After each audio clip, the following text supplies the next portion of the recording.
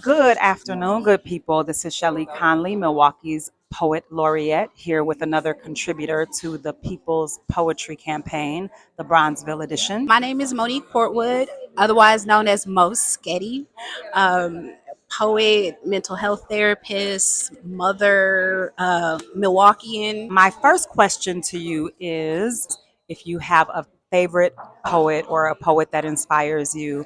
Um, uh, One of my favorite poets is a woman by the name of Heather Bird. She is a poet out of Chicago, and I met her when I was in college, and she actually started me on my writing journey. She started at poetry club in our school, and just I'd never been in an atmosphere where people were pouring out their emotions in word like that. This is when like deaf poetry was running pretty regularly, so sometimes we just sit around and watch that. So I have a second question. Yes. Either why were you interested in being a part of the People's Poetry Campaign or what does it mean to you to be a part of the campaign? Um, I am at a point in my artistry where I'm looking just for different ways to express myself.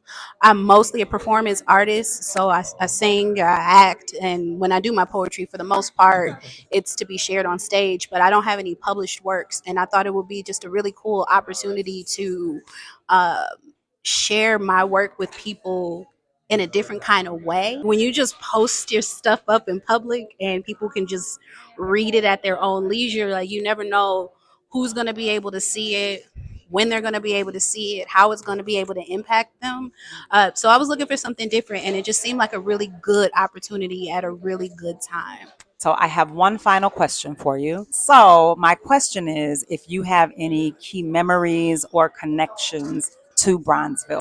I actually live in Bronzeville. I patronize the different establishments over here. Like you said, you and I met here. So Bronzeville is a very, very intricate part of my life. Knowing that the work will be displayed basically at home, it just deepened my connection with this area. My poem is outside of Pepper Pot, which is actually one of the places that I've been many, many, many times. Yay. Well, thank you so much for being a part of the project, as well as thank you for taking time out of your busy Sunday to sit and chat with me.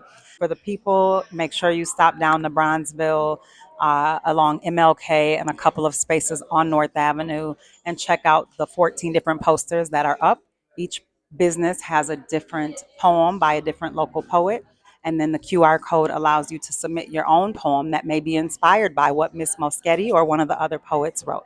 All right, peace.